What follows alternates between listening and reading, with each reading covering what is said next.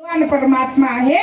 काडीची माडी करणारा भगवान परमात्मा इतका श्रीमंत आहे. त्याच्या जवळ गेलेला माणूस सगळी दुःखाची निवृत्ती करून परम सुखाची प्राप्ती करून येतो. तो षडगुण ऐश्वर्य संपन्न असणारा भगवान परमात्मा आहे. मग तुकोबाराय सांगतात आमचं कुळीचं कुळदैवत ती विठाई, ती कृष्णाई, ती कानाई आणि लिही रूपाबळे करुणी खळे हरिदास.